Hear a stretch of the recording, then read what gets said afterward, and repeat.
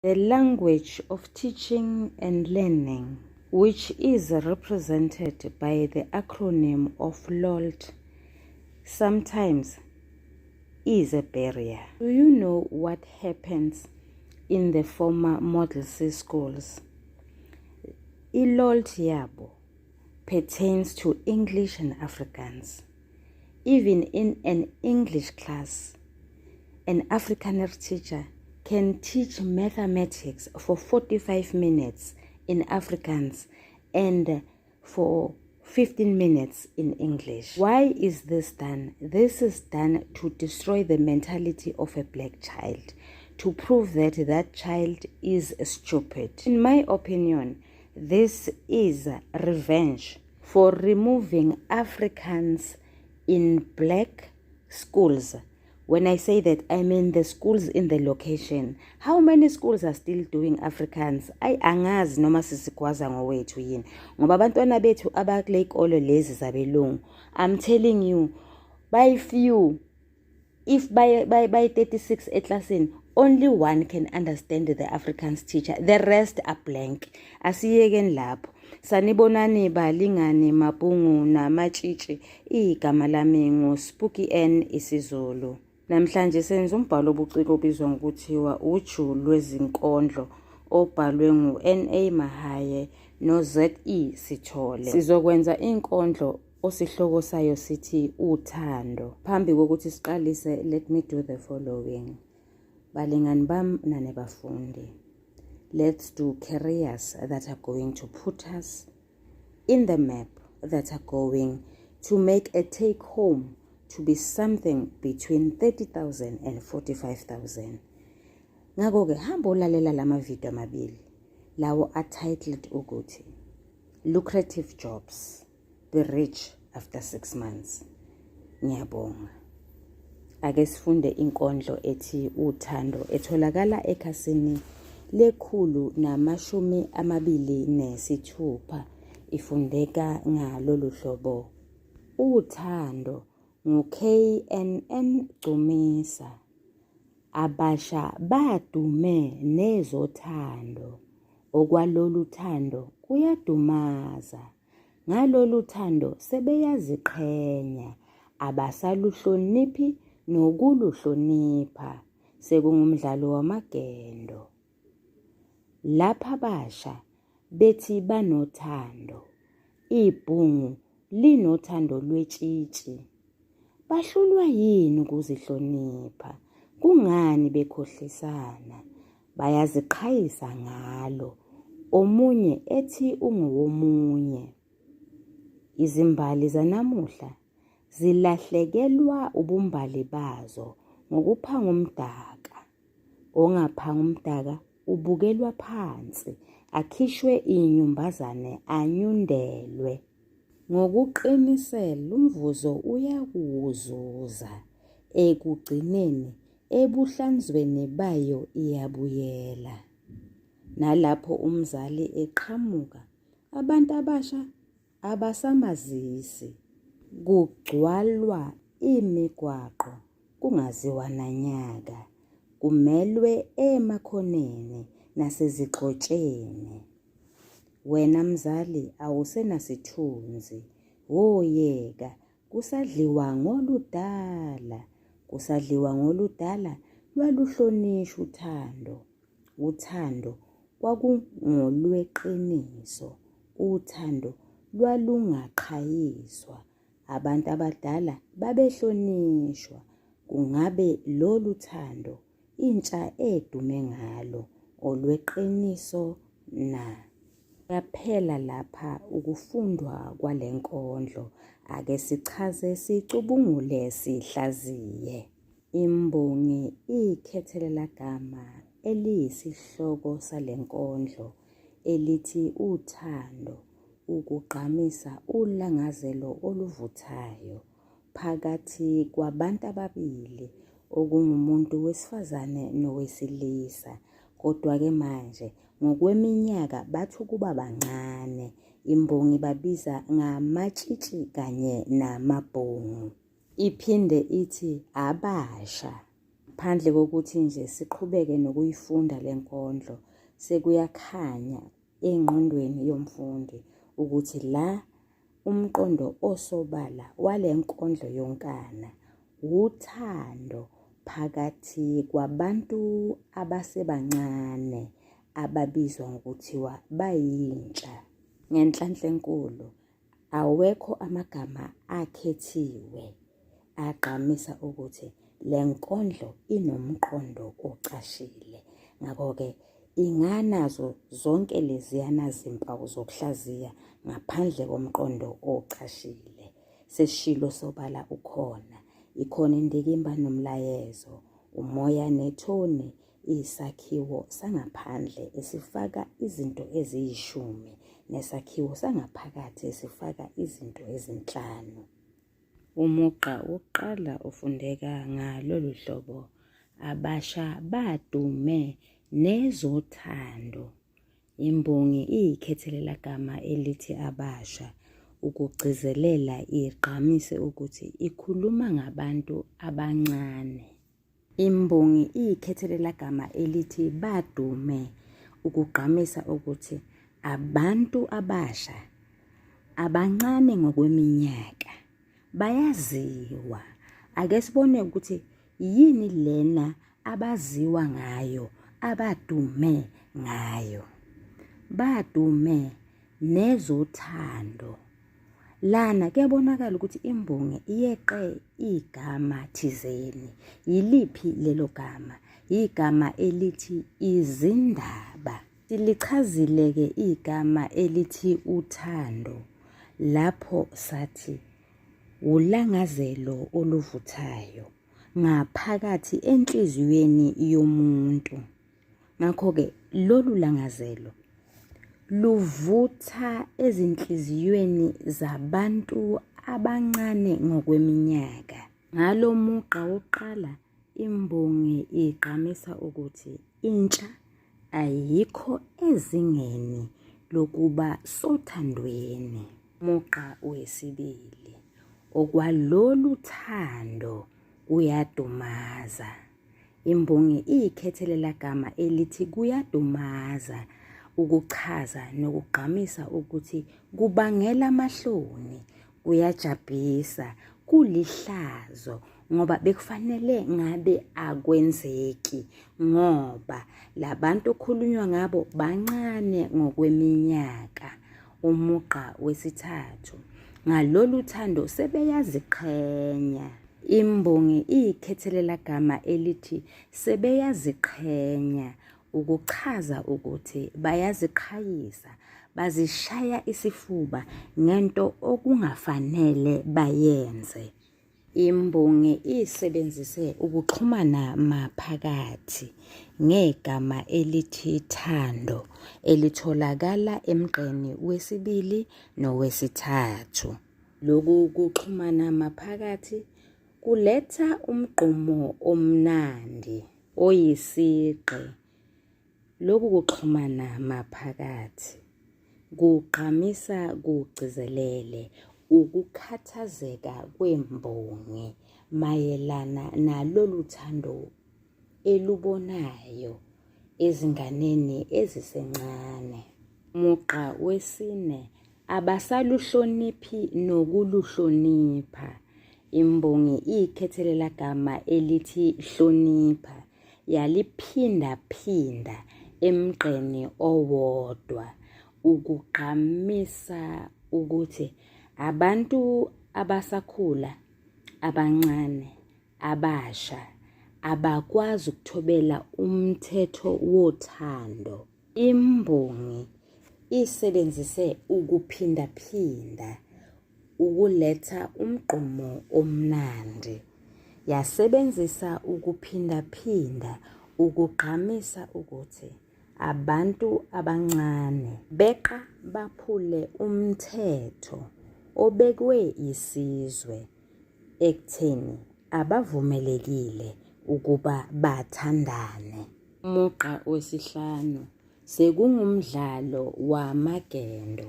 Imbongi ikhethelela gama elithi sekungumdlalo ukuchaza ukuthi uthando aluseyinto yalutho, selenzelwe ukuzijabulisa, selenzelwe ukuchitha nje isizungu. Yini-ke amagendo? Amagendo umdlalo wokufaka amatshe esigojaneni bese ude uwakhipha uwabuyisela. Uphonse itshe elikhudlwana kunalawa asesigojaneni phezulu. Lona kwakuwumdlalo owawenziwa izingane ezincane noma udlalwa izingane ezincane ukuchitha isizungu. Siboneke, uthini umqondo osobala waleli benza? Imbongi isivezela ukuthi abantu abasha bazimbandakanya ezintweni okungezona ezabo, okuyizindaba zothando. Imbongi iphinde igcizelele nokuthi lokhu bakwenza ngokweqile, kwazise bagcina baduma baziwe ngalo lolo thando abalwenzayo olungavumelekile ngenxa yokuthi basebancane. Imbongi ithi lolo thando lolo lwenza ukuthi baziqhayise, bazishaye isifuba, futhi kulabo ababukele luletha amahloni nendumalo. Imbongi iphinde ingathekise ithi uthando selwenziwa umdlalo wamagendo. Intsha ichitha ngalo nje isizungu. Binza lesibili, umugqa wesithupha. Lapha abantu abasha bethi banothando. Imbongi ikhethelela gama elithi lapha ukuchaza ukuthi ngesikhathi. Imbongi yakhetha leli gama elithi bethi ukuchaza ukuthi bekhuluma. Bebekhuluma bethini-ke? Bebekhuluma bethi bona banothando. Ngalo mugqa imbongi igqamisa isibindi intsha enaso ukuthi abagcini kuphela ngokwenza, bagcine besho ngomlomo wabo ukuthi bona bayathandana. Umugqa wesithupha, ibhungu linothando lwetshitshi.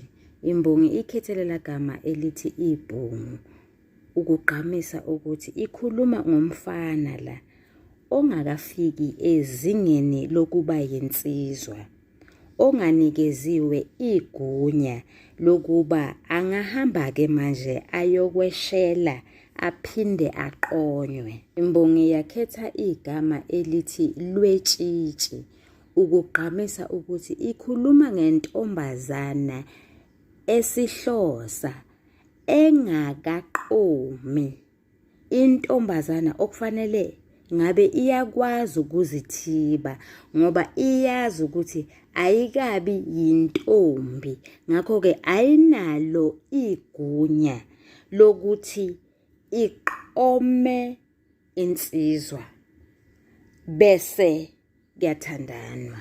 Umugqa wesishiyagalombili, bahlulwa yini ukuzihlonipha? Lapha imbongi isebenzise umbuzo mbumbulu ukugqamisa ukuthi ayilindele impendulo. Imbongi ibuza into eyodwa nje ukuthi kungani bengalulekani ngobuqotho, yingakho ikhethelela gama elithi ukuzihlonipha. Imbongi ikhethelela gama elithi bahlulwa ukuchaza ukuthi abaphumeleli kulokho abakwenzayo. Ikuphi lokho abakwenzayo okungaphumeleli? Ukungalulekani ngobuqotho. Ngalo mugqa imbongi igqamisa ukuthi intsha ayizimisele ukwakhana, ukwelulekana ngokwenza okwamukelekile. Umugqa wesishiyagalolunye ufundeka ngalolu hlobo. Kungani bekhohlisana? Imbongi ikhethelela gama elithi bekhohlisana ukuchaza ukuluthana nokungavezelani amaqiniso.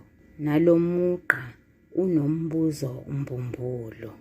Imbongi ayilindele impendulo. Umugqa weshumi bayaziqhayisa ngalo. Sesishilo ngenhla ukuthi ukuziqhayisa ukuziqhenya. Mangithi ngenhla ngisho ebinzeni elingenhla emgqeni wesithathu lapho imbongi ibithi khona ngalolu thando sebeyaziqhenya.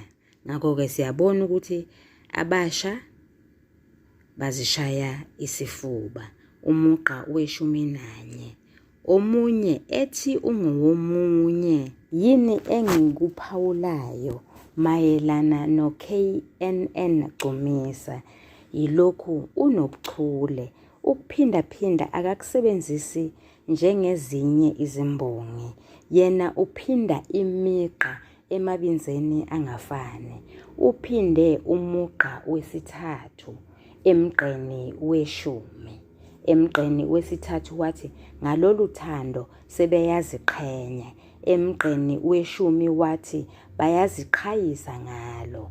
Waphinda futhi sebenzisa ukuphindaphinda emgqeni wesithupha kanye nomugqa weshumi nanye. Umugqa wesithupha ufundeka ngalolu hlobo lapha abantu abasha bethi banothando, kanti umugqa weshumi nanye uthi omunye ethi ungomunye. Phela vele sesiyabona ukuthi bayakusho ngomlomo wabo ukuthi bona banothando, baphinde bazibize bona ngabanye abantu. Umuntu azibize ngalo muntu athandana naye. Zofunda umugqa weshumi nambili noweshumi nantathu kanye kanye ngoba kunenjambamente. Kufundeka ngalolu hlobo. Izimbali zanamuhla zilahlekelwa ubumbali bazo ngokuphanga umdaka. Emgqeni weshumi nambili imbongi iyangathekisa ibiza intsha ngezimbali.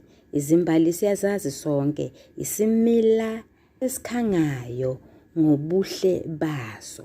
Ngakho-ke intsha iqhathaniswa nazo phela izimbali ibizwa ngazo. Imbongi ikhethelela gama elithi zilahlekelwa ukuchaza ukuphonsela eceleni into engenamsebenzi noma ukuyintshinga kude lena. Emgqeni weshumi nantathu imbongi isebenzise isimo sokukhuluma esithi ukuphanga umdaka ukuchaza ukutatazela kwentsha ekwenzeni lokho engafanele ikwenze.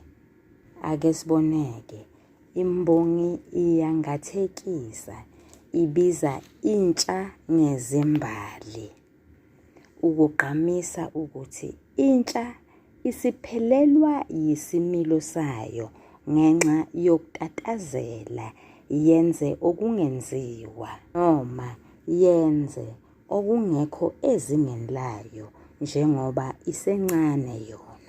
Umugqa weshumi nane.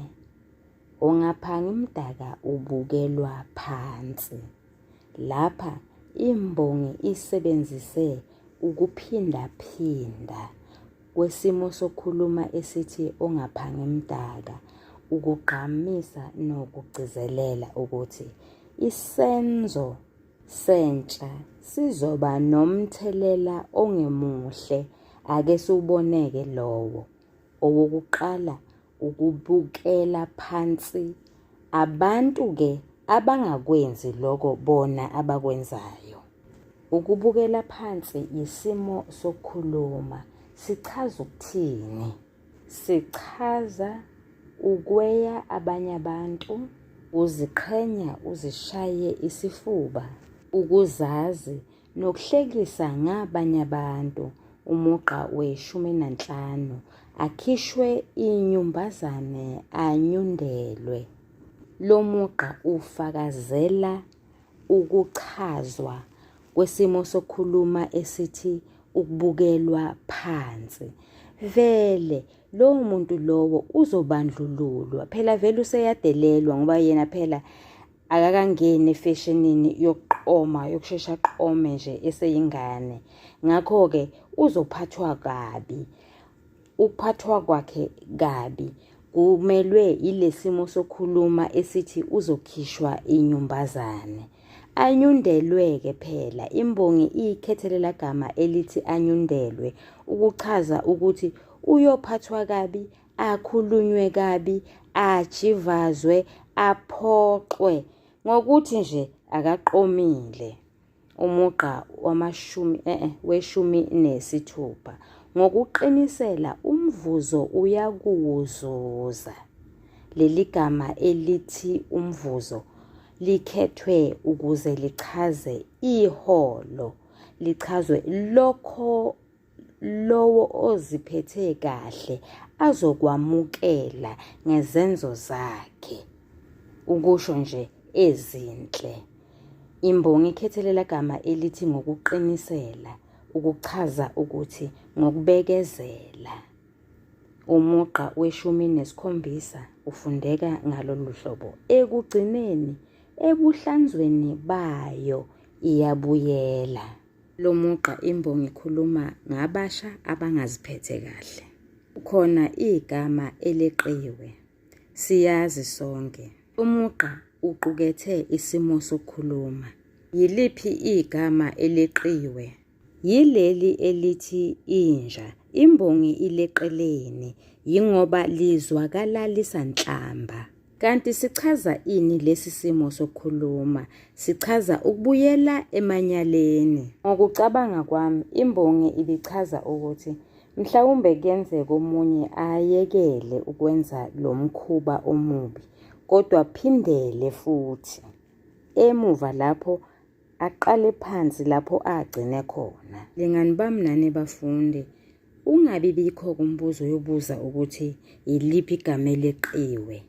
Cha, ngoba lokho ukwephepha lokuqala. Hlala phansi-ke manje mfundi nawe thisha, ubhale umqondo osobala waleli binza.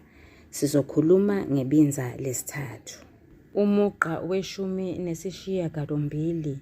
Nalapho umzali eqhamuka, imbongi ikhethelela gama elithi nalapho ukuchaza ukuthi ngesikhathi. Imbongi yakhetha igama elithi umzali ukuchaza unina kumbe uyise womuntu.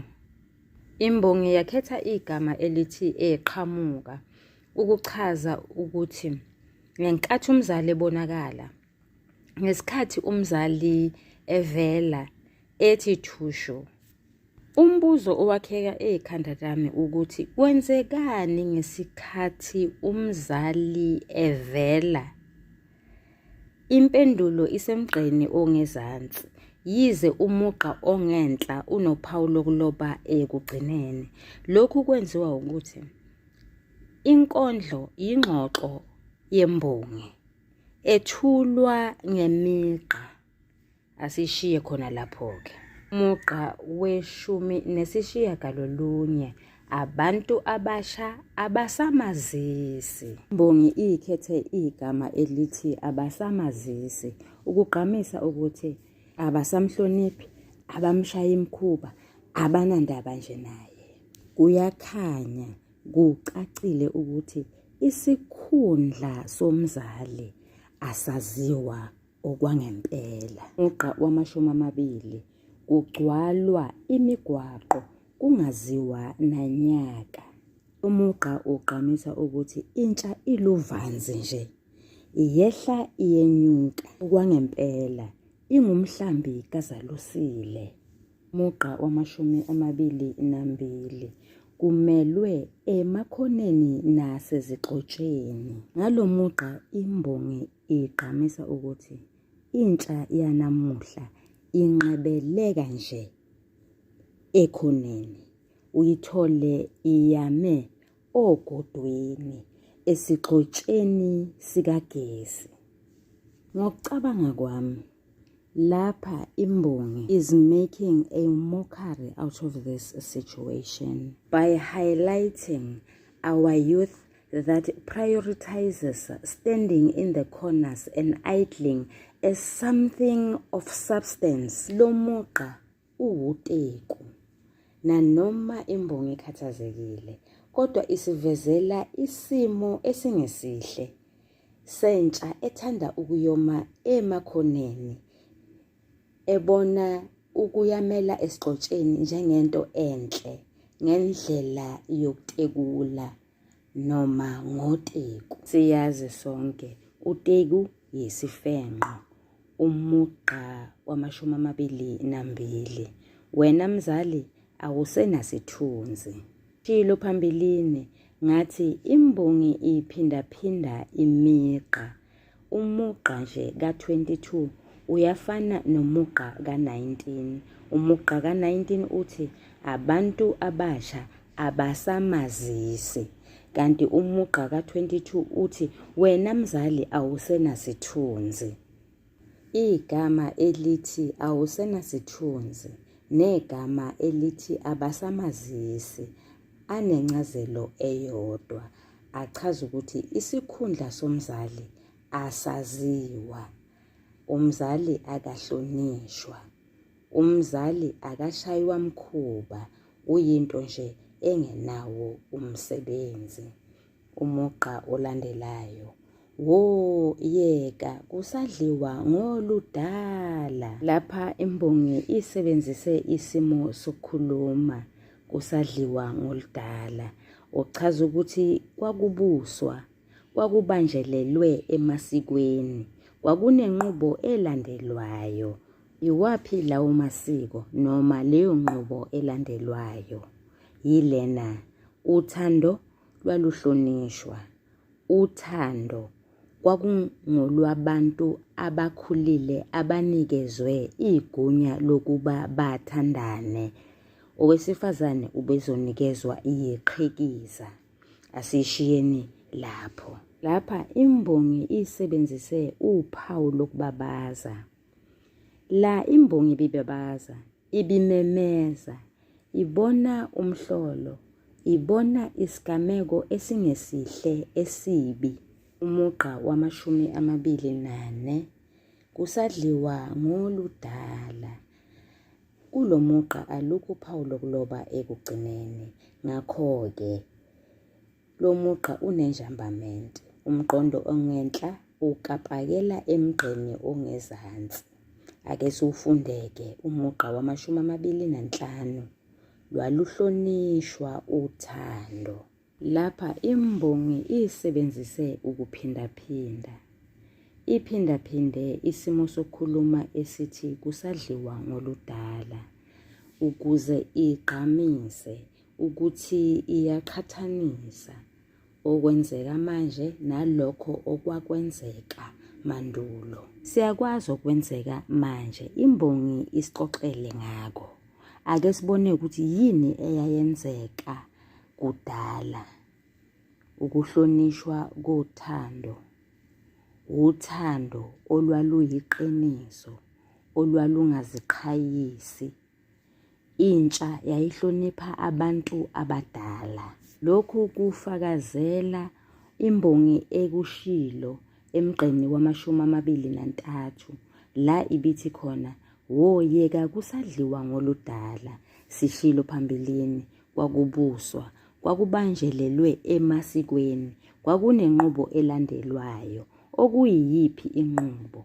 Okungulena esukela noma echazwe kusukela emgqeni wama-25 kuze kuye emgqeni wama-28.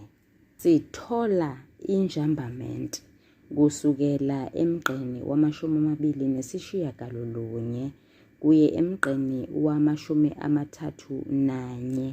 Kufundeka ngalolu hlobo. Kungabe lolu thando intsha edume ngalo olweqiniso na?